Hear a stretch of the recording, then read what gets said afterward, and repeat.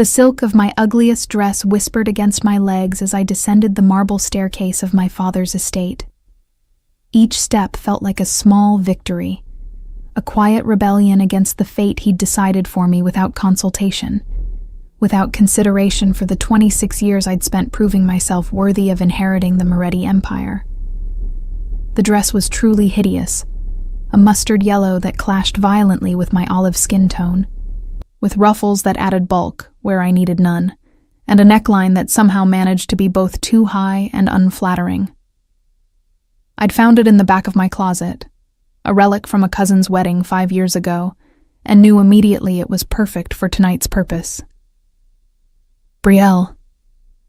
My father's voice stopped me 3 steps from the bottom. Domenico Moretti stood in the doorway of his study, his silver-streaked dark hair impeccably styled, his Armani suit fitting his still powerful frame with the precision only custom tailoring could achieve. But it was his eyes, dark brown, almost black, and currently filled with barely controlled fury, that made me pause. "Father," I replied, my voice steady despite the hammering of my heart. I'd learned long ago never to show weakness in front of him. Weakness was death in our world. "What?" he said, each word precisely enunciated. "Are you wearing?" I smoothed down the ruffled monstrosity with deliberate care. "A dress? Isn't that what one wears to meet a potential husband?" The word dripped with sarcasm I didn't bother to hide. His jaw tightened, that telltale muscle in his cheek jumping the way it always did when I pushed too far. "You will go upstairs and change into something appropriate.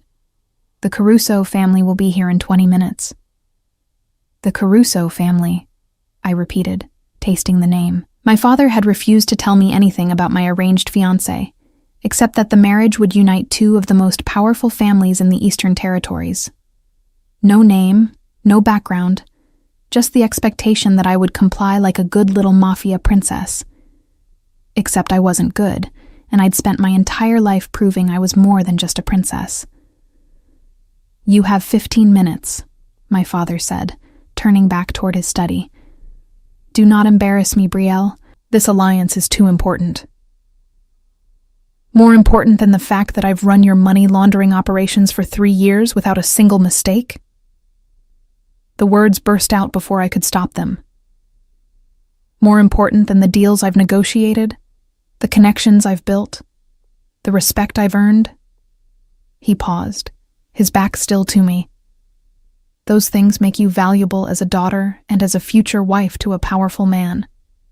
They do not make you suitable to lead this family." The dismissal was absolute, final, and it hurt more than I wanted to admit. "Why?" I demanded, descending the final steps to stand in the marble foyer that had been my playground as a child. "Because I'm a woman? Because I had the misfortune of being born with ovaries instead of—" "Because this world requires certain alliances," he interrupted, finally turning to face me. "And marriage to Vitor Caruso secures our Eastern Territory, eliminates a rival, and positions us to expand into markets we've been locked out of for a decade. Your skills will be valuable in that marriage, Brielle, just not in the way you imagined." Vitor Caruso. Finally, a name. I committed it to memory, already planning to have my contact at the FBI pull whatever files existed on him. "I won't change," I said, gesturing to the dress.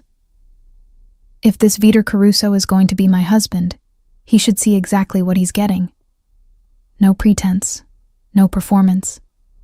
My father's expression could have frozen hell. "You will—" The doorbell's chime cut through his threat. We both turned toward the massive oak doors that led to the circular driveway where our security team was undoubtedly vetting our guests.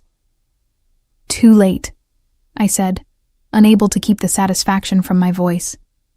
"I guess Vitor Caruso will have to accept me as I am." My father's hand shot out, gripping my arm with barely controlled violence. "You will be respectful. You will be gracious. And you will accept this engagement, Brielle, or I will cut you off from the family entirely. No money, no protection, no name." Do you understand? The threat was real.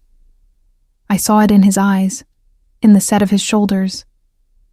My father was a man who kept his promises, especially when it came to maintaining his empire's strength. Crystal clear, I whispered. He released me, smoothing down his jacket as Marco, our head of security, opened the doors. The man who entered first was older, perhaps 60, with the kind of presence that commanded immediate respect. His suit was even more expensive than my father's, his salt and pepper hair swept back from a face that had seen decades of hard decisions.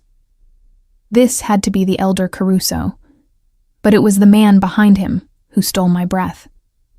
Tall, at least 6'3", with broad shoulders that filled out his charcoal suit with devastating effect.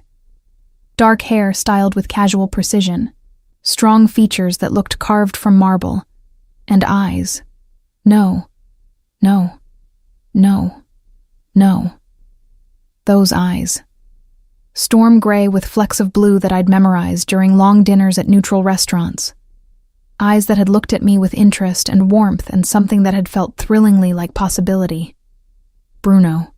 Except his name wasn't Bruno. Domenico, the older man said, extending his hand to my father. Thank you for having us.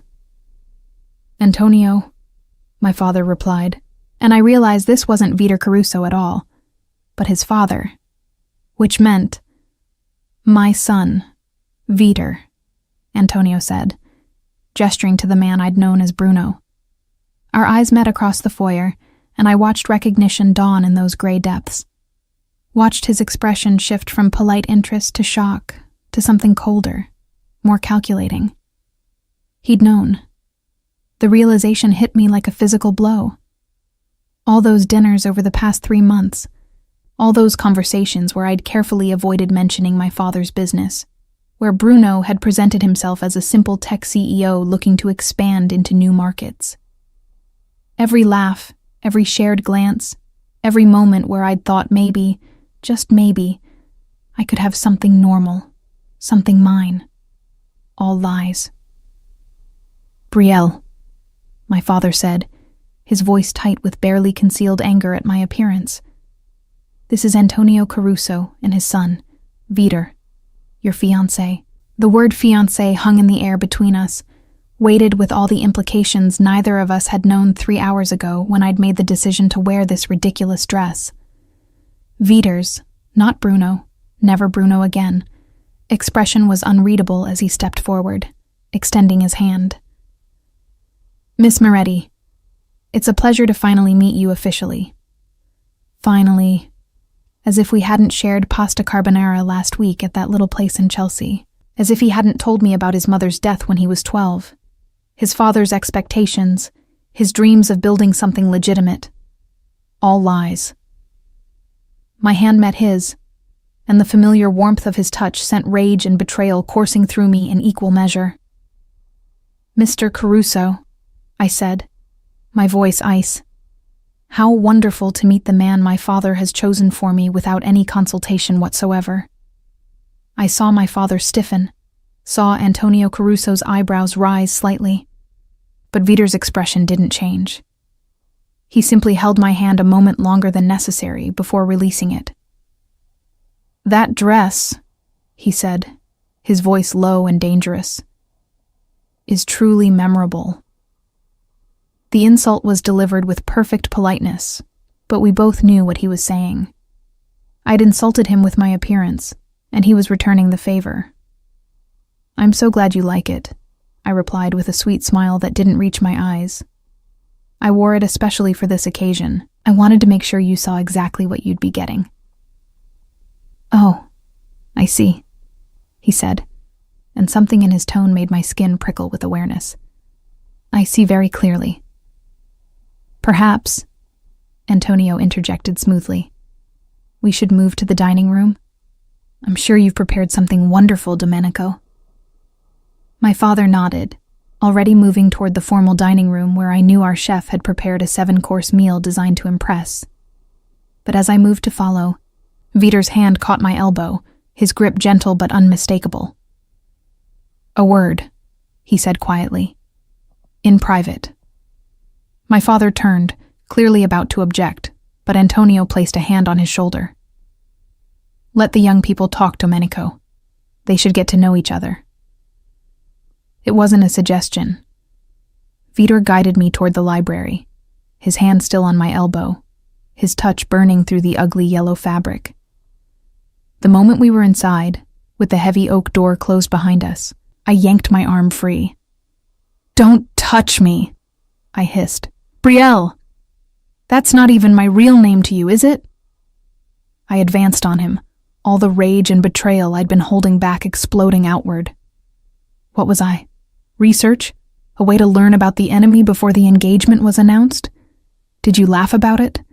About how easy I was? How readily I believed your lies? His jaw tightened. It wasn't like that. Then what was it like, Bruno? I spat his fake name like a curse. Enlighten me. Explain how a man spends 3 months building something with a woman, making her think maybe she could have one thing in her life that wasn't calculated and controlled, and then shows up as her arranged fucking fiancé. I didn't know it was you, he said, his voice hard. Not at first. When we met at that charity dinner, when I introduced myself as Bruno Marchetti, I was there because my father wanted me to scope out Moretti's financial operations. You weren't supposed to be there. You were supposed to be in Milan. I came back early, I said, the memory of that night flooding back. I'd been so tired of my father's expectations, of the constant pressure to prove myself. I'd gone to that dinner to make connections of my own, to build relationships outside my father's shadow. And I'd met Bruno, Vitor, and for the first time in years I'd felt seen. I know, he continued, and when you told me your name was Ella Carter, that you worked in financial consulting, I believed you, just like you believed me. The admission hung between us. We'd both lied, both hidden our true identities, but his lie felt bigger, more calculated.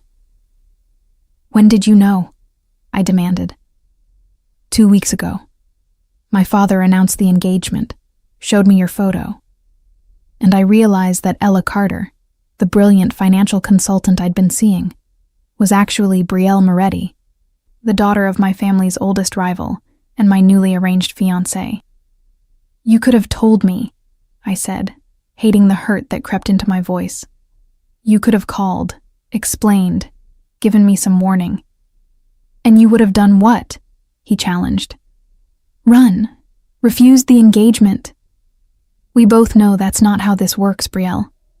Our fathers made this deal. We're the price of peace between our families. He was right, and I hated that he was right. I won't marry you, I said, though the words felt hollow. I'll refuse. You'll comply, Vitor interrupted, his voice going cold. Just like I will, because that's what people like us do.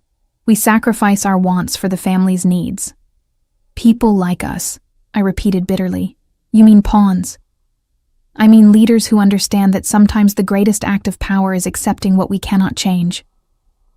He moved closer, and I caught his scent, the same cologne he'd worn as Bruno, woody and expensive and achingly familiar. But let me be clear about something, Brielle. I'm not happy about this arrangement either. I thought I'd found something real with you, something that wasn't tainted by family obligations and political maneuvering. Finding out you're my arranged bride didn't fill me with joy. The confession should have softened me. Instead, it made me angrier. Then we're agreed, I said, lifting my chin. This marriage will be exactly what our fathers want, a political alliance, nothing more. You'll get your territory and your peace treaty. I'll get to keep my family name and connections. But don't expect me to play the devoted wife. Don't expect warmth or affection or anything beyond what's required for public appearances. Something dangerous flashed in his eyes. Is that a challenge, Brielle? It's a promise, Vitor. We stood there, locked in a silent battle of wills. The chemistry that had drawn us together as Bruno and Ella now crackling with hostility and betrayal instead of attraction.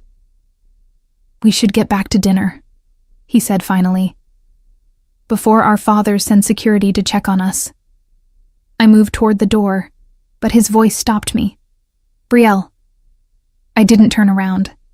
That dress really is hideous.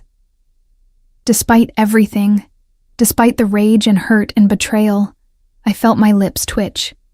"I know. I wore it to make you reject me." I figured. There was something almost like amusement in his voice. It didn't work. Clearly. I finally looked back at him. This man who'd been Bruno and was now Vitor. This stranger I'd thought I'd known. "This doesn't mean I forgive you, or that I'm going to make any of this easy." His smile was slow, predatory. "Good. I wouldn't want an easy wife, Brielle. Where would be the fun in that?" The word wife sent a shiver down my spine. Half dread and half something I refused to examine too closely. As we walked back to the dining room, maintaining a careful distance between us, I realized that my plan to sabotage this engagement had spectacularly backfired. I hadn't driven Vitor Caruso away. I'd merely shown him exactly how stubborn and defiant I could be. And from the way he was looking at me, with that mixture of calculation and heat, I suspected he was already planning how to break through my defenses. The game had begun, and I had no intention of losing. The engagement party was scheduled for the following Saturday, giving me exactly 5 days to figure out how to escape a fate that seemed increasingly inevitable. I spent those days exactly as I always had, managing the financial operations of my father's empire, meeting with lawyers and accountants, reviewing contracts and ensuring that money moved through our legitimate businesses with the perfect balance of transparency and discretion. The difference was that now, everywhere I went, I felt watched. It started small. A black SUV that appeared in my rearview mirror on my drive to the office. The same man in a dark suit nursing a coffee at the cafe across from our building. A text from an unknown number simply saying, "The blue dress, wear the blue dress." I knew who was behind it. Vitor wasn't just watching me. He was making sure I knew I was being watched. "You look tired," Isabella said, setting a triple espresso on my desk. My assistant had been with me for 2 years, pulled from the typing pool when I'd noticed her keen eye for discrepancies in accounting. She was brilliant, loyal, and one of the few people in the organization who treated me like more than just the boss's daughter. "I'm fine," I lied, signing off on a wire transfer that would move $3 million through a series of shell corporations before landing in an account in the Caymans. Perfectly legal, perfectly clean, and perfectly designed to avoid the kind of scrutiny that could bring down empires. "Is it the engagement?" Isabella asked carefully. I heard rumors. Everyone had heard rumors. The news that Domenico Moretti's only daughter was marrying Vitor Caruso had spread through the organization like wildfire. Some saw it as a brilliant strategic move. Others saw it as my father finally putting me in my place. "The engagement is fine," I said, though my jaw ached from grinding my teeth. "Everything is perfectly planned." My phone buzzed. Another unknown number. Another message. "The earrings your grandmother left you. Wear those too." I stared at the text, rage building in my chest. How did he know about my grandmother's earrings? They'd been her favorite, simple pearl drops that I kept in a safe in my apartment. I'd never worn them in public, never mentioned them to anyone, which meant Vitor had been investigating me long before that first dinner at the charity event. "I need to make a call," I told Isabella, waiting until she left before dialing the number that had sent the last text. He answered on the first ring. "Brielle." "Stop watching me," I said without preamble, "and stop sending me instructions like I'm some kind of doll you're dressing up for display." "The engagement party is in 3 days," Vitor replied, his voice calm and infuriatingly reasonable. "Our families expect us to present as a united front. That requires coordination. It requires you to stop stalking me.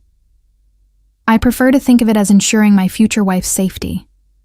I could hear the smile in his voice, could picture him leaning back in whatever expensive chair he occupied, completely in control.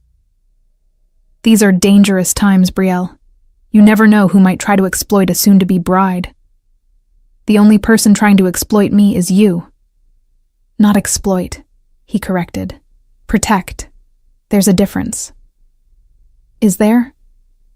I stood, pacing to the floor-to-ceiling windows that overlook the city. Because from where I'm standing, you're behaving exactly like every other controlling bastard who thinks women need to be managed. I don't think you need to be managed, Brielle. I know you're brilliant. I saw that firsthand when you were pretending to be Ella Carter, financial consultant. But you need to understand something about our new reality. And what's that? You're mine now, which means anyone who wants to hurt me will come after you. The surveillance isn't about control. It's about making sure you live long enough to become my wife. The possessiveness in his voice sent a chill down my spine. This wasn't Bruno speaking, the man who'd respected my independence and admired my career. This was Vitor Caruso, Mafia prince, and soon-to-be heir to an empire built on violence and control. I can take care of myself, I said. Against a rival family's hit squad? Against a cartel looking to send a message? Against the dozens of enemies both our families have accumulated over decades? He paused. You're smart, Brielle. Don't be stupid about this. Accept the protection and wear the blue dress. The line went dead before I could respond. I returned to my desk, pulling up the security feeds for our building. Sure enough, there were new faces in the lobby. 2 men in expensive suits trying to look casual as they monitored everyone who entered or left. Vitor's men, no doubt. My phone rang again, but this time it was a number I recognized. My father's personal line. Yes, I answered. My office. Now. The click of disconnection was final. I found him behind his massive mahogany desk, reviewing documents that I knew pertained to the merger of our family's operations with the Carusos. On paper, it looked like a series of legitimate business deals. In reality, it was the consolidation of 2 criminal empires into one virtually untouchable force. You've been causing problems, he said without looking up. I've been doing my job. Your job is to marry Vitor Caruso and secure this alliance. Nothing else matters. He finally raised his eyes to mine. Antonio called me this morning. Apparently you've been uncooperative about the engagement party arrangements. I've been busy managing the financial operations you never seem to remember I handle, I shot back. That will be Vitor's concern soon enough. He's more than capable of managing those operations. The casual dismissal of everything I'd built made my hands clench into fists. So that's it? After years of proving myself, I'm just supposed to hand everything over to my husband? You're supposed to support your husband, my father corrected. To be a partner to him in building something greater than either family alone could achieve. Your skills will be valuable in that partnership, Brielle. But make no mistake, Vitor will lead. That's non-negotiable. And if I refuse to marry him? My father's expression didn't change, but something cold entered his eyes. Then you leave this family with nothing. No money, no name, no protection. You think you can survive in this world alone? You think your skills as an accountant will matter when every family knows you've been disowned by the Morettis? He was right, and we both knew it. I'd spent my entire life in the shelter of my family's name and power. Without it, I'd be vulnerable, exposed, a target for anyone looking to send a message. I hate you for this, I whispered. You'll thank me someday, he replied, returning to his documents. When you're running an empire alongside your husband instead of working in the shadows of mine. Dismissed. I left his office with my heart pounding and my mind racing. There had to be a way out of this. There had to be some option I wasn't seeing. My phone buzzed again. A new message from Vitor's number. Meet me at Rossetti's. 8 p.m. Come alone. Rossetti's was a small Italian restaurant in Little Italy, family-owned and neutral territory. A place where business could be conducted without the weight of family estates and formal dining rooms. I should have ignored the message. Should have gone home, locked my doors, and spent the evening plotting my escape. Instead, I found myself driving to Little Italy at 7:45 p.m., pulling up to the familiar awning of Rossetti's and feeling a wave of déjà vu. This was where we'd had our second date, where Bruno had made me laugh with stories about his disastrous attempts at cooking, where I'd felt comfortable enough to share my frustrations about always having to prove myself in a male-dominated world. All lies. Vitor was waiting in a private room in the back, 2 glasses of wine already poured. He'd changed out of his suit into dark jeans and a black sweater that somehow made him look more dangerous, not less. "You came?" he said, standing as I entered. "I'm here to tell you to call off your surveillance," I replied, not taking the offered seat. "I don't need your protection or your instructions. Sit down, Brielle." It wasn't a request. I remained standing. "I'm not one of your soldiers to be ordered around." "No," he agreed, moving around the table with that fluid grace that reminded me of a predator. "You're my future wife, which means you're infinitely more valuable than any soldier. Now sit." The command in his voice made my spine stiffen, but I sat. Not because he'd ordered it, but because standing was starting to feel like the childish response. "The surveillance stops," I said as he returned to his seat. "No. Vitor. I wasn't lying about the danger, Brielle. Our engagement has already created ripples. There are families who don't want to see the Morettis and Carusos united. They'll try to stop this marriage, and the easiest way to do that is to eliminate one of us before the ceremony. Then eliminate me," I said coldly. "Problem solved. You can marry someone more amenable, and I can return to my life." His expression hardened. "That's not going to happen." "Why not? You said yourself you weren't happy about this arrangement." I said I wasn't happy about discovering that the woman I'd been seeing was my arranged bride. That doesn't mean I'm unhappy about marrying you. He leaned forward, his gray eyes intense. "You're brilliant, Brielle. You're strong, strategic, and completely unafraid to challenge me. Do you know how rare that is? How valuable?" "So I'm an asset," I said bitterly. "How romantic. You're everything I never knew I needed in a partner."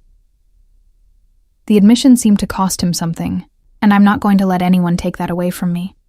Not rival families, not your stubbornness, and certainly not your determination to make this as difficult as possible. "You lied to me," I said, the hurt I'd been suppressing finally breaking through. "You let me think you were someone you weren't. You let me develop feelings for Bruno when Bruno didn't even exist."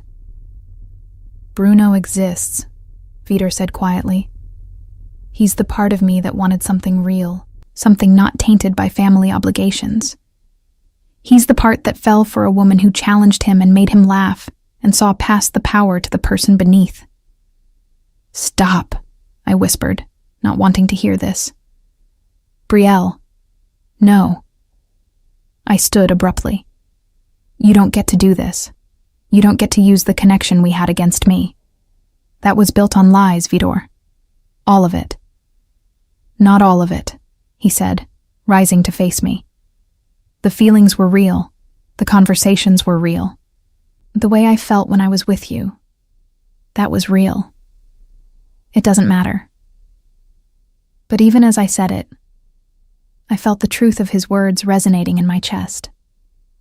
Because despite the betrayal, despite my rage, I couldn't deny that what we'd shared had felt more genuine than anything else in my carefully constructed life. "It matters more than anything," Vitor insisted, "because it means we have a foundation to build on. We're not starting from nothing, Brielle. We're starting from something that was already working before our families complicated it." "Our families didn't complicate it," I corrected. "They destroyed it. And now they're forcing us into a marriage neither of us truly wants. I want it." The simple declaration stunned me into silence. "I want to marry you, Brielle Moretti," he continued. Not because our fathers arranged it, not because it benefits our families, but because I saw who you really are when you thought you were just Ella Carter. I saw your brilliance and your strength and your determination to build something meaningful. And I want that woman as my wife. I want that woman ruling beside me. Ruling, I repeated. You mean being a decorative piece in your empire? I mean leading, he corrected. Being my equal partner in building something greater than either family alone could achieve. Your father might see you as a bargaining chip, Brielle, but I see you as a queen. The word settled over me like a mantle, heavy with responsibility and possibility. I need time, I said finally. Time to think about all of this without your surveillance and your instructions and your presence reminding me of every lie. You have until the engagement party, he said. 3 more days. Use them to accept what's inevitable, or use them to keep fighting. Either way, Brielle, this marriage is happening. The only question is whether you walk into it as my adversary or my partner. I left Rossetti's with my mind churning and my heart conflicted. Part of me wanted to keep fighting, to rebel against the fate my father and Vitor had decided for me. But another part, the part that remembered Bruno's laugh and his respect for my intelligence, wondered if Vitor was right. Maybe we could build something together, something that honored who we'd been as Bruno and Ella, while accepting who we had to be as Vitor and Brielle. But first, I needed to know exactly what I was agreeing to, and that meant understanding the full scope of Vitor Caruso's empire and what it would mean to be his queen. I spent the next 2 days doing what I did best: research.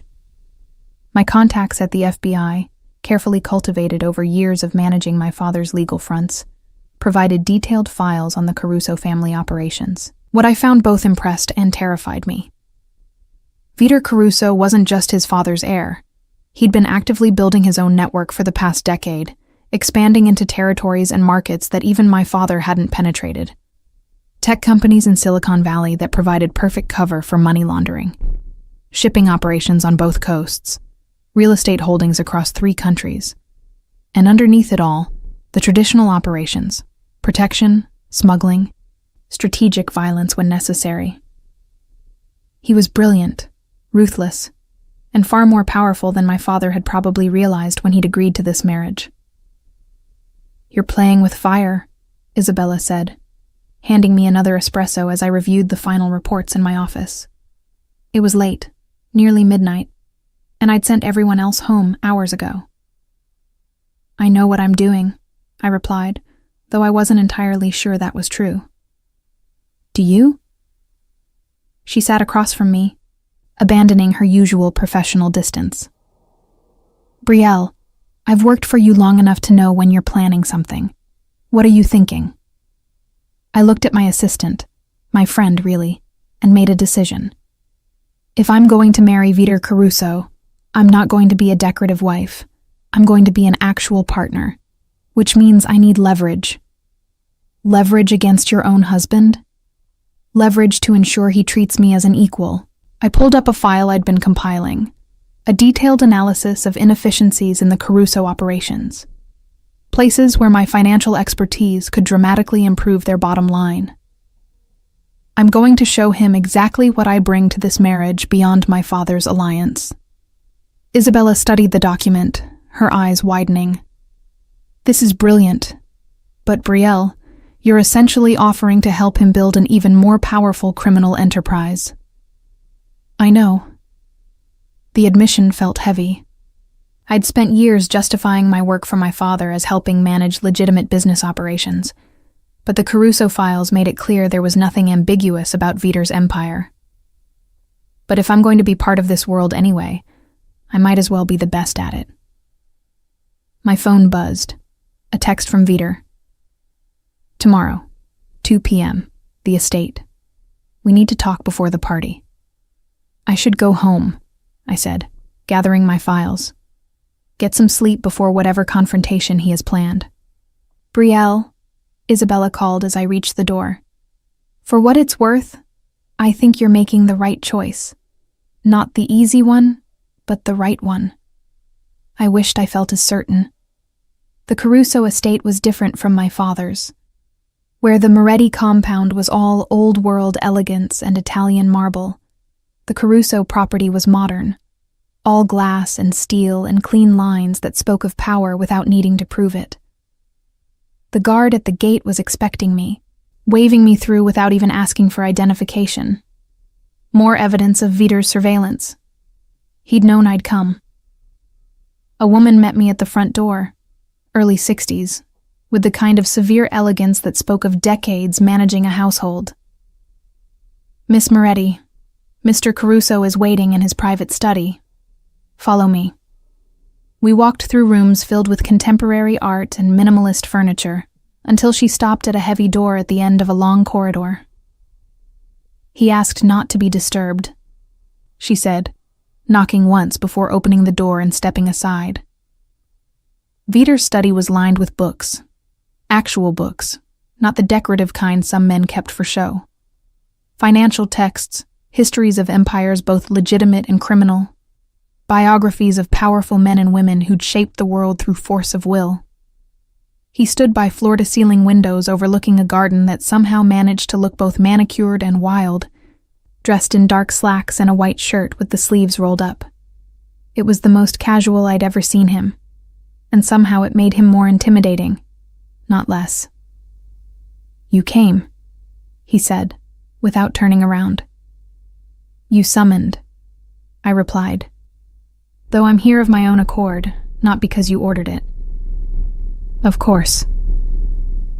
He finally faced me, and I saw shadows under his eyes that matched my own. "I wanted to talk before tomorrow's party, before we're forced to perform for our families." "Talk then." He gestured to a leather chair near his desk, taking the one opposite rather than sitting behind the desk in a power position. "I've been thinking about what you said at Rossetti's, about wanting to be more than a decorative piece. And I want to make you an offer, a real partnership in managing our combined operations." He pulled out a folder, much thinner than the files I'd compiled but equally detailed. "I've reviewed your work on your father's financial operations. You've saved him millions in taxes and investigations.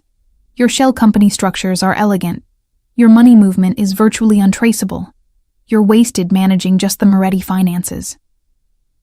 Despite myself, I felt a flush of pride. "What exactly are you proposing?" "Full access to Caruso operations, a seat at every strategy meeting, equal say in how we expand and where we invest." He leaned forward. "I meant what I said, Brielle. I want you as my queen, not my prisoner. But that requires trust on both sides." I opened my briefcase, pulling out my own analysis. "Then let's start building that trust. I've identified 17 inefficiencies in your current operations. Implementation of my recommendations would increase your annual revenue by approximately 32%, while reducing your risk of federal investigation by nearly half." Vider's eyebrows rose as he took the document, scanning the first few pages. I watched his expression shift from surprise to respect to something that looked almost like hunger. "You did this in 2 days?" "I've had access to FBI files on your family for years," I admitted. "I just never had a reason to do anything with them until now." "And now?" "Now I'm deciding whether to burn your empire to the ground or help you build it into something unstoppable." I met his gaze steadily. "The choice is yours, Vider. You can treat me like a trophy wife and wonder every day whether I'm going to destroy you from the inside. Or you can make me a real partner and benefit from everything I can offer." He set down the document carefully. "That sounds like a threat." "It's a negotiation." I pulled out another file, this one much thinner. "This contains evidence of 3 illegal operations you're running that could bring federal charges, operations your father doesn't even know about. I'm offering you 2 choices. 1, we become real partners, and this file gets destroyed.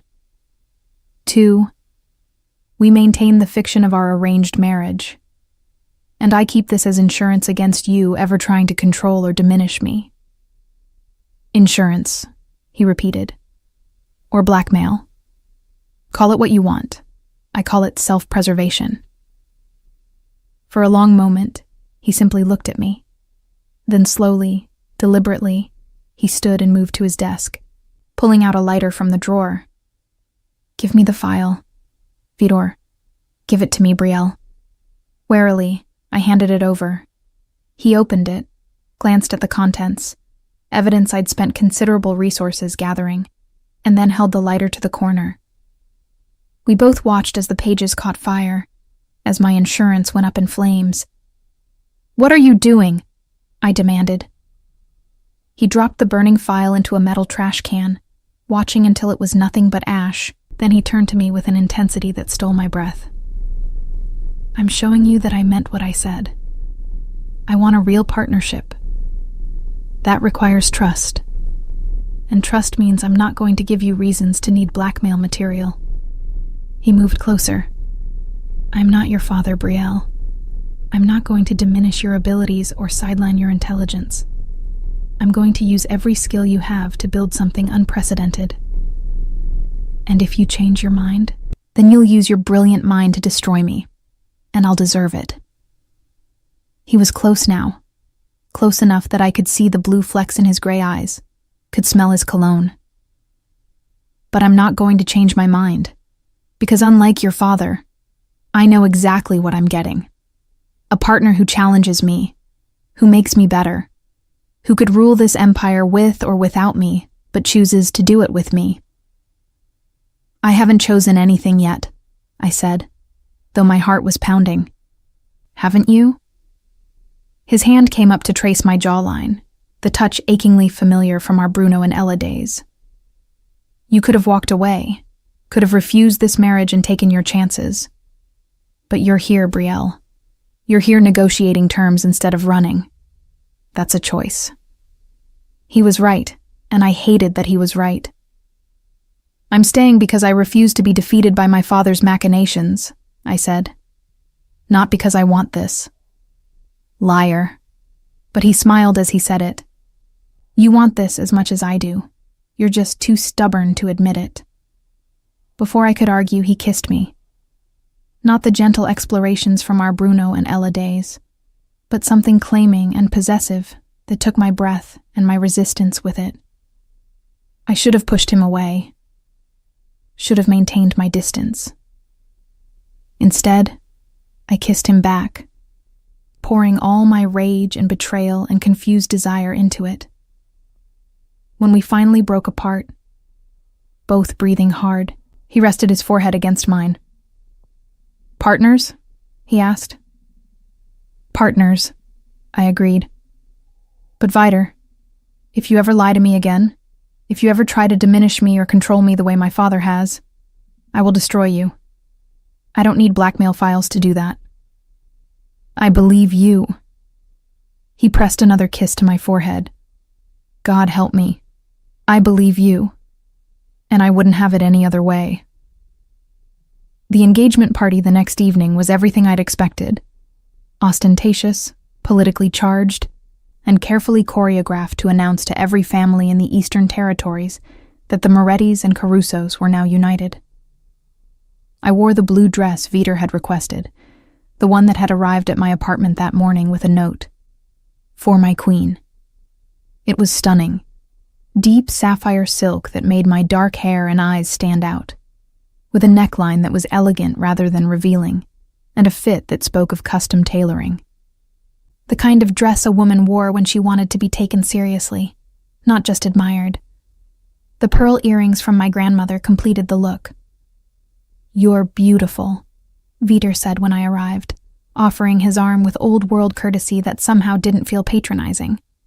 Ready to convince everyone we're madly in love? Ready to convince them we're a force to be reckoned with, I corrected.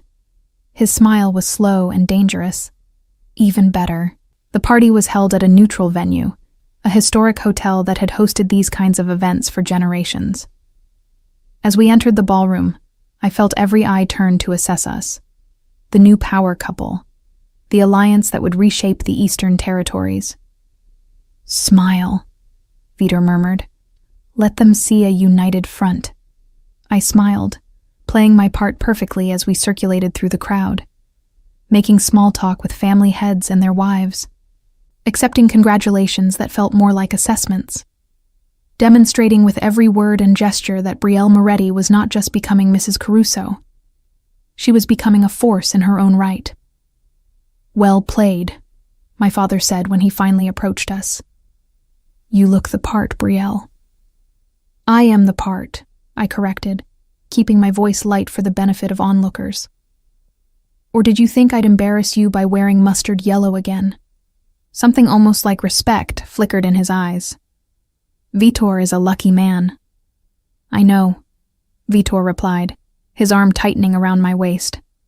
"Believe me, Domenico, I know exactly how fortunate I am." The evening continued in a blur of champagne and carefully coded conversations. But as I stood there, playing the role of devoted fiancé, while negotiating territorial agreements and financial arrangements with the skill I'd honed over years, I realized something. I wasn't playing a role.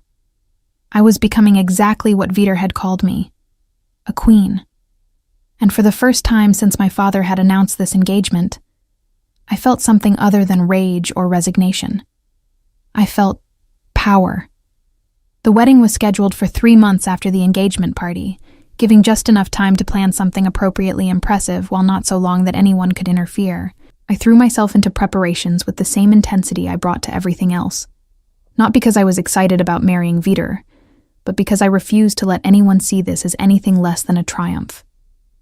"You're micromanaging the florist again," Isabella said, pulling the tablet from my hands as we sat in my new office, the one Vitor had created for me in the Caruso building. It was larger than my previous space, with better views and technology that made my father's setup look positively ancient. "The centerpieces matter," I argued. "Every detail of this wedding sends a message." "And what message is that? That Brielle Moretti Caruso is in control of everything, including the flowers?" "Exactly."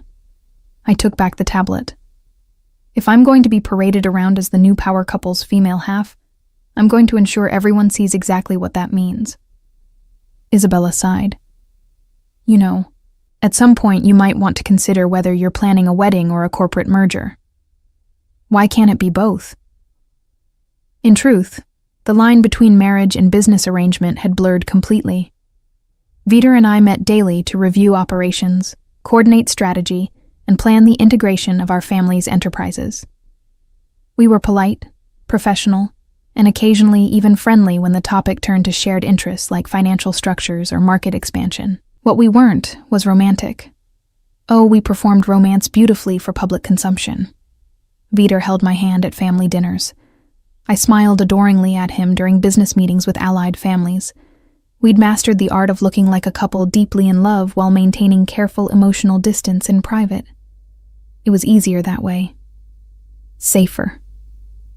"He's been asking about your preferences," Isabella said, pulling up another file. "Living arrangements after the wedding. He wants to know if you want to maintain your apartment or move into the estate full-time." The question had been hanging between us for weeks. My apartment was my sanctuary. Small, carefully decorated with things I'd chosen, paid for with money I'd earned. Moving into the Caruso estate meant giving up that independence, that piece of myself that wasn't tied to family obligations. But it also meant embracing my new role fully. No half measures. The estate, I decided. But I want my own office there. And my own space. We can share the master suite for appearances, but I need somewhere that's just mine. I'll let him know. Isabella hesitated. "Brielle, can I ask you something personal? When have you ever asked permission before?" She smiled slightly. "Fair point. Do you actually want this marriage? Or are you just making the best of an impossible situation?" I considered the question carefully. A month ago, the answer would have been simple. I was trapped, playing a role I hadn't chosen. But now, after weeks of working alongside Vitor, of seeing how he valued my input and challenged my ideas, of discovering that Bruno hadn't been entirely a fiction. "I want the partnership," I said finally. Whether that's the same as wanting the marriage, I honestly don't know. The wedding itself was a spectacle. 500 guests packed into the same church where 3 generations of Carusos had been married, with flowers and music, and enough security to suggest we were marrying in a war zone rather than a house of worship. I walked down the aisle alone. My father had offered his arm, but I'd declined. This marriage wasn't his gift to give. It was my choice, complicated and strategic as it was. Vitor waited at the altar in a custom tuxedo that probably cost more than most people's cars, his expression unreadable as I approached. But when I reached him, when our eyes met, I saw something flicker in those gray depths. Not love, perhaps, but recognition, respect, the acknowledgement that we were both walking into this with our eyes open. "You're stunning," he murmured as I took his hand. "I know," I replied, making him smile. The ceremony was traditional, Catholic, with all the pomp and ritual our families expected. I spoke my vows clearly, meaning every word of the promises I made: loyalty, partnership, honor. What I couldn't quite bring myself to promise was love. But when the priest pronounced us husband and wife, when Vitor kissed me with surprising gentleness given the performance we were putting on, I felt something shift. This wasn't Bruno kissing Ella anymore. This was Vitor Caruso claiming his wife, and Brielle Moretti accepting that claim. The reception was held at the Caruso estate, transformed into something out of a fairy tale with lights and flowers and enough champagne to float a small boat. We danced our first dance, a song Vitor had chosen without consulting me, but one that somehow perfectly captured the strange space between romance and arrangement we inhabited. "Any regrets?" he asked as we moved across the floor, hundreds of eyes watching us. "About the wedding or the marriage?" "Either. Both." I considered the question as we turned, my hand in his, our bodies moving together with a coordination we'd developed through weeks of strategy meetings and shared goals. "No regrets. But Vitor, this doesn't mean I'm going to be an easy wife." His laugh was low and genuine. Thank God. I'd be bored with easy. We circulated through the crowd, accepting congratulations and navigating the complex politics of our newly merged families. Some congratulated us with genuine warmth, others with barely concealed calculation, already wondering how to exploit this new power structure. It was exhausting and exhilarating in equal measure. "Your father is watching," Vitor murmured during a rare moment alone. I glanced across the room to where Domenico Moretti stood with Antonio Caruso, both men surveying the crowd like generals assessing a battlefield. "He's probably taking credit for this entire arrangement. Let him. We know the truth." Vitor's hand settled on my waist, possessive but not controlling. This marriage might have been their idea, but what we build from it will be entirely ours. Promise? Promise. The evening continued until finally, mercifully, we could make our exit. No honeymoon. We both had too much work to do integrating our operations. Instead, we'd spend our first night as husband and wife in the master suite of the Caruso estate. My things had been moved during the reception, integrated into the massive bedroom that now belonged to both of us.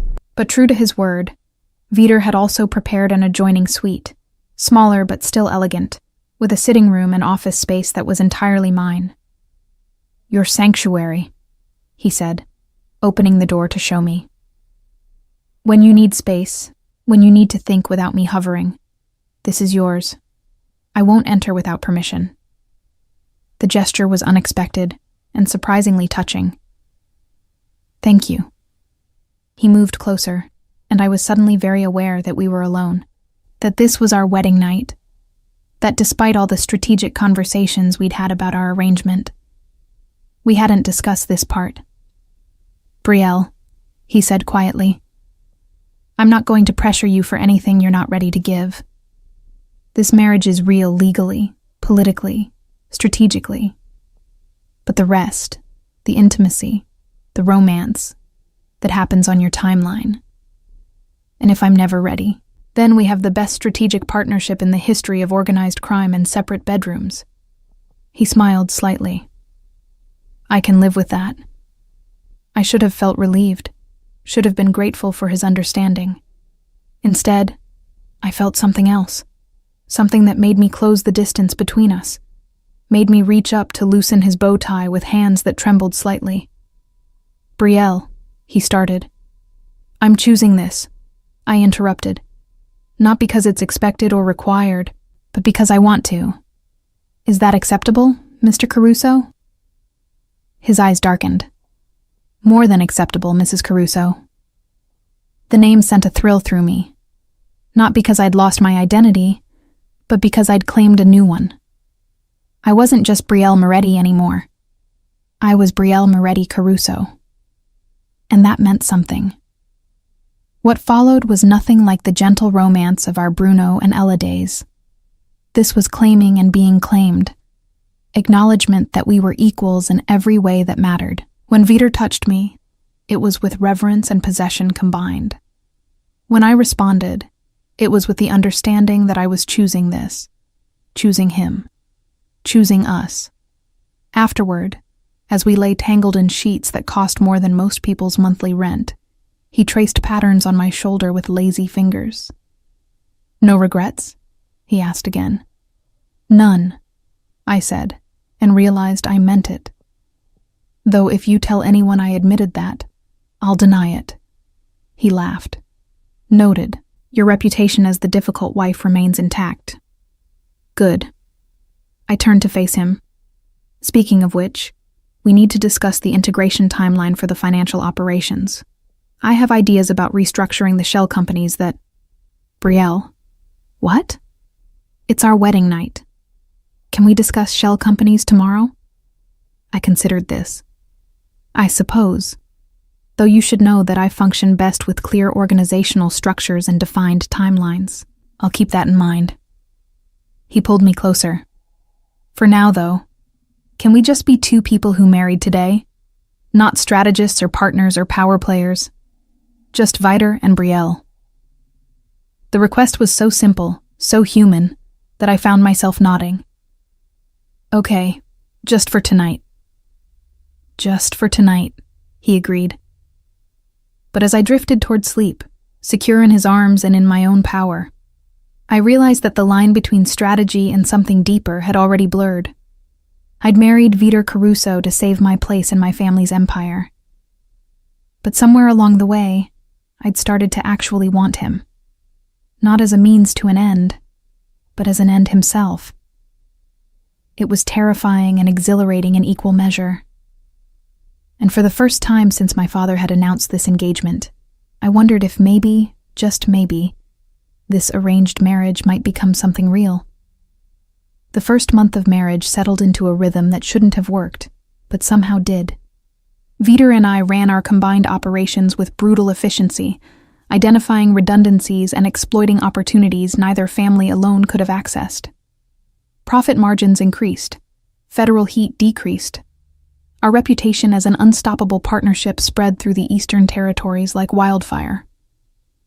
The Castellano family is asking for a meeting, I told Vitor one morning over breakfast in our private dining room. We'd fallen into the habit of reviewing the day's priorities over coffee and whatever elaborate meal our chef had prepared. They want to discuss territorial agreements in Jersey. They're testing us, Vitor replied, scanning the proposal I'd pulled up on my tablet. Seeing if the new Mrs. Caruso actually has the authority she claims, or if she's just window dressing. Then I'll handle the meeting alone. He looked up sharply. Brielle, if they're testing me, sending you along defeats the purpose. I need to establish my own authority, separate from yours. I met his gaze steadily. Besides, I've negotiated with the Castellanos before. Marco owes me a favor from the East River smuggling routes I restructured last year. Something flickered in his eyes. Concern, perhaps, but also that now familiar respect. Take Santoro and his team. I want security. Obviously, I made a note. And I'll record everything for legal backup. Not for legal backup, he corrected. Because I trust your judgment, but I want to know if they try to undermine you. The distinction mattered. He wasn't trying to monitor me. He was making sure I had the evidence I needed if anyone challenged my authority later. I love you, I said, then froze. The words had slipped out so naturally I hadn't even thought about them. But now they hung in the air between us, weighted with significance neither of us had been ready to acknowledge. Vitor set down his coffee carefully. What did you say? I scrambled for a retraction, but he was already moving, crossing to my side of the table. Say it again, he demanded, his voice rough. I said I love you. This time it was deliberate, a choice. I don't know when it happened. Maybe it started with Bruno, or maybe it started when you burned my blackmail file, or maybe it was when you gave me my own sanctuary. But it's true, Vitor. I love you. And he kissed me like a man starving, like I was air and water and everything necessary for survival. When we finally broke apart, he rested his forehead against mine. I loved you as Bruno, he said quietly. And I love you even more as Brielle. You're everything I never knew I needed. Partner, challenger, equal. My queen in every sense of the word. The admission should have felt like victory. Instead, it felt like vulnerability. Like we'd both finally lowered our defenses and exposed our hearts. This doesn't mean I'm going to be easier to work with, I warned. He laughed. I'd be disappointed if you were. The meeting with the Castellanos went exactly as I'd predicted. Marco Castellano started with subtle condescension, assuming I was a messenger for my husband rather than a decision-maker. 20 minutes and one brutal dissection of his proposed terms later, he was treating me with wary respect. You drive a hard bargain, Mrs. Caruso, he said, reviewing the contract modifications I'd demanded. I drive a fair bargain, I corrected. You want access to our shipping routes in exchange for your distribution network, but the terms you proposed heavily favored your family. My revisions create actual parity. And if we refuse? Then you continue operating without access to our ports, and we continue building our own distribution network. It'll take longer, but we have the resources. I smiled pleasantly. Your choice, Marco. He studied me for a long moment. You're nothing like your father. No, I agreed. I'm better. The contract was signed within the hour. When I returned to the estate, Vitor was in his study reviewing security reports. He looked up as I entered, tension I hadn't noticed releasing from his shoulders. How did it go? We now control 40% of Jersey distribution. I dropped the signed contracts on his desk. And Marco Castellano knows never to underestimate me again. Vitor's smile was fierce with pride. Tell me everything. We spent the next hour reviewing the negotiation point by point, him asking strategic questions that sharpened my thinking, me explaining the leverage I'd used and the concessions I'd gained. It was better than sex. This meeting of minds, this partnership that went beyond physical attraction to something deeper. Almost better than sex, anyway. We should celebrate, Vitor said finally, standing and pulling me close. You just secured one of the most significant territorial agreements in a decade. It was a good day's work, I agreed, already thinking about the next challenge. Though we still need to address the situation in Baltimore. The Romano family is... Brielle. What? Stop strategizing for 5 minutes and let me be proud of my wife. The word wife no longer felt like a chain. It felt like an identity I'd claimed, one that amplified rather than diminished who I was. Okay, I said, winding my arms around his neck. 5 minutes. He kissed me thoroughly, then pulled back with a slight smile. Also, I have something for you. He retrieved a folder from his desk. Not business documents this time, but architectural plans. What is this? The old Moretti warehouse on the waterfront. Your father sold it to me as part of the merger. He pointed to the renderings. I'm converting it into headquarters for you. Offices for your team, secure server rooms, even a conference center for the kinds of negotiations you prefer to handle yourself. I stared at the plans, emotion tightening my throat. Vitor, this is recognition that you're not just my partner, you're a power in your own right. You need your own base of operations, your own team, your own empire within our empire. He watched my reaction carefully. If you don't like it, we can change anything. But I kissed him to shut him up, pouring all my gratitude and love and overwhelming emotion into it. It's perfect, I said when I could speak again. You're perfect. This whole insane arrangement is somehow perfect. Not insane anymore? Still insane. But perfect anyway. The happiness lasted exactly 3 days. Then everything went to hell. I was in my office at the Caruso building, reviewing financial projections for our new Baltimore operations, when Isabella burst in without knocking. We have a problem, she said, her face pale. I immediately pulled up our security feeds, expecting to see federal agents or rival family moves. Instead, I saw my father's car pulling up to the front entrance. He didn't call ahead, I said, alarm bells ringing. Domenico Moretti always announced his visits, always followed protocol. That's not the problem. Isabella pulled up a news feed on my monitor. The headline made my blood run cold. FBI investigation into Moretti Caruso operations. Evidence suggests money laundering network spanning 3 states. I scanned the article rapidly. Anonymous source. Detailed evidence. Suggestion of federal raids imminent. This is wrong, I said immediately.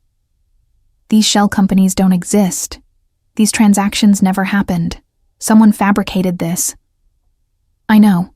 Isabella was already pulling up our actual financial records for comparison. But Brielle, whoever did this had access to your filing systems. They used your organizational structures as the template for the fake evidence. The implications hit me like a physical blow. Someone inside our operation had betrayed us, and they'd done it using my work as the blueprint. My office door opened. Vitor entered, his expression grim. You saw the news, I said. I saw it, and I just got a call from our contact at the bureau. There are 3 teams preparing warrant applications. We have maybe 48 hours before they move. Vitor, I know you didn't. He crossed to me, his hands framing my face.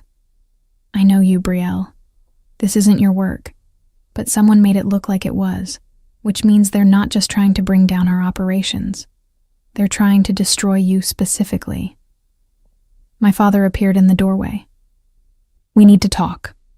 All of us. We convened in Vitor's private conference room. My father, Antonio Caruso, Vitor, and me. The 4 people who controlled the combined empire now facing its greatest threat. The evidence is too detailed to be an outside hack, my father said without preamble. Someone inside did this. Someone with access to Brielle's systems. My systems are secure, I argued. I built in multiple safeguards specifically to prevent. Then someone you trusted bypassed them. Antonio interrupted.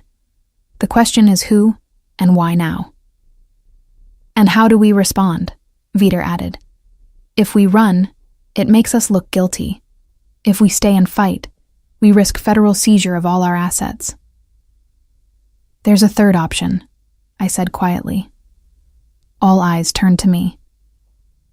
We find whoever did this and we force them to confess, publicly, before the warrants are executed.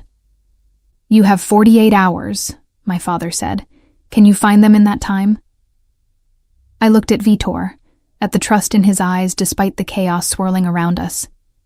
Yes, but I'll need resources, and I'll need everyone to stay out of my way. You'll have both, Vitor said immediately. What followed was the most intense investigation of my life. I pulled in every favor, activated every contact, used every skill I'd developed over years of managing criminal finances.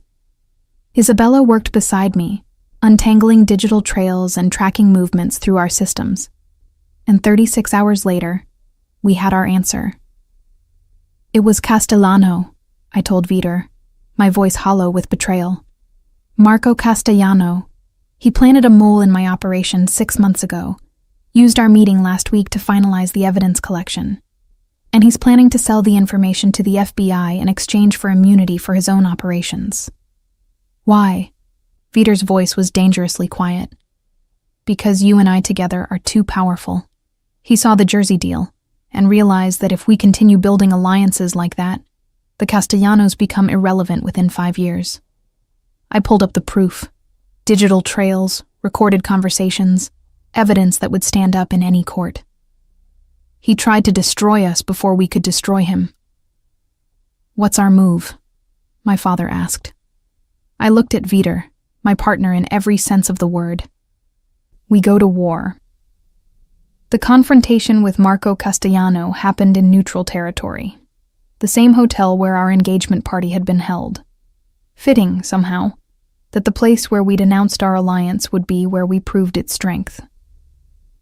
Marco sat across from us in a private conference room, flanked by his security team, his expression confident bordering on smug. He thought he'd won, thought he'd destroyed us before we could destroy him. He had no idea what was coming. Vitor, Brielle, he greeted us with false warmth. To what do I owe this unexpected pleasure? Cut the act, Marco, I said, sliding a folder across the table. We know what you did. We have evidence. Every falsified transaction, every planted document, every conversation with your FBI contact.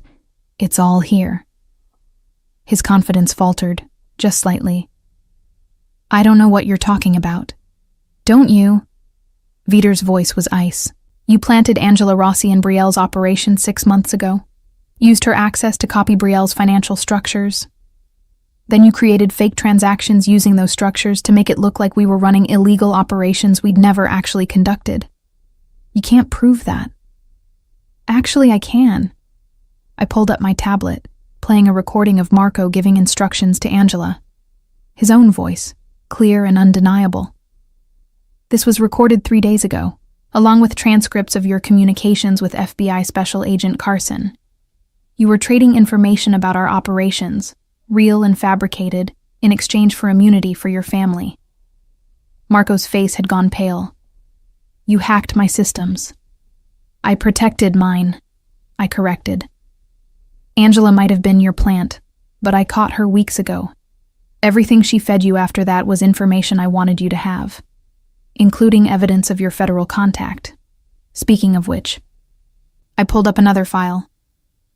Special Agent Carson is currently being investigated by Internal Affairs for corrupt dealings with organized crime. Your immunity deal? It's worthless.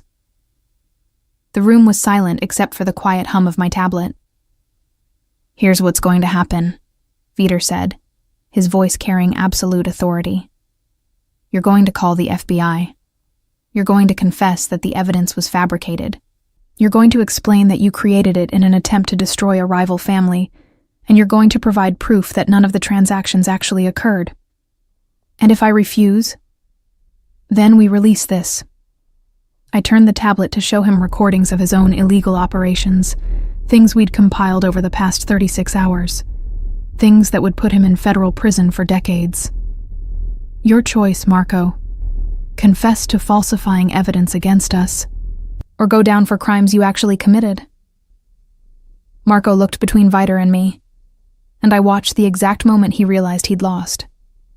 That underestimating Brielle Moretti Caruso had been his fatal mistake. You've become quite the power couple, he said bitterly. Yes, I agreed. We have. The confession was made within the hour.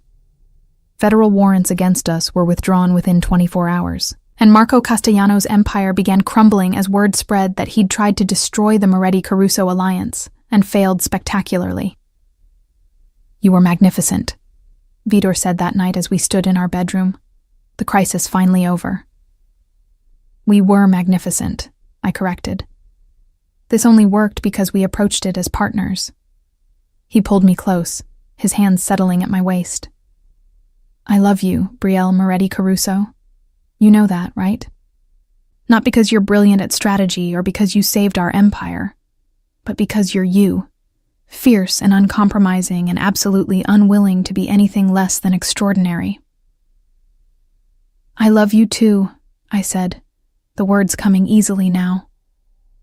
Even though you're possessive and controlling, and you have the annoying habit of being right about most things. Most things. I'm not giving you all things. You're already insufferable enough. He laughed, and I felt the last of my resistance crumble. This marriage that had started as a strategic arrangement, that had evolved through negotiation and compromise and mutual respect, had somehow become real. I have a confession, I said. Oh? I'm not wearing the ugliest dress anymore. His smile was slow and devastating. No. You're wearing power like some women wear diamonds, and it looks spectacular on you. We're going to rule this empire together, I said. Not a question, but a statement of fact. We already do. He kissed me, deep and claiming. Queen Brielle of the Eastern Territories. King Viter, I replied, my equal partner in crime. Literally and figuratively. The best kind of partnership. Later, as we lay tangled in sheets, planning our next territorial expansion with the same passion most couples brought to vacation planning, I reflected on how far I'd come from that girl who'd worn an ugly dress to sabotage her engagement. I'd tried to make Vidor reject me. Instead, I'd made him see exactly who I was, someone who would fight for her autonomy, who would demand respect, who would settle for nothing less than true partnership. And he'd risen to meet that challenge, had given me not just his name, but real power. Not just partnership in bed, but partnership in empire. What are you thinking? Viter asked, tracing patterns on my shoulder. That I'm glad I wore that hideous dress. Really? Really. If I'd tried to be the perfect Mafia princess, you might have married that woman. Instead, you got me. And I got you. The real you, not the version that plays nice for family politics. I never play nice, he objected. You play nice for me sometimes. That's different. You've earned it. I turned to face him. This man who'd been a stranger, then an enemy, then a partner, and now something deeper than all those things combined. Promise me something, I said. Anything. Promise that we'll always be equals, that you'll never try to diminish me or control me or treat me like anything less than your queen. I promise, he said solemnly, on one condition. What's that? That you promise the same, that you'll never hold back, never soften yourself to make me more comfortable, never be anything less than the magnificent, terrifying, absolutely brilliant woman I married. Deal.